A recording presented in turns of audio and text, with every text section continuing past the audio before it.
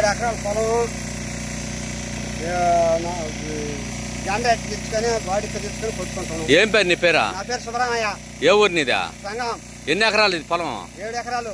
నీళ్లు ఎందువల్ల నిలబడింది? వర్షానికా? వర్షానికి నీళ్ళు వసతి పాక కాలువలు సక్రంగా లేక అదే కదా, కాలాలు సక్రంగా లేక నీళ్ళు పాక ఇంజిన్ పెడితే బాడీ తీసుకొని కొట్టుకుంటాను. రైతు కష్టాలు మా కష్టాలు చూడండి.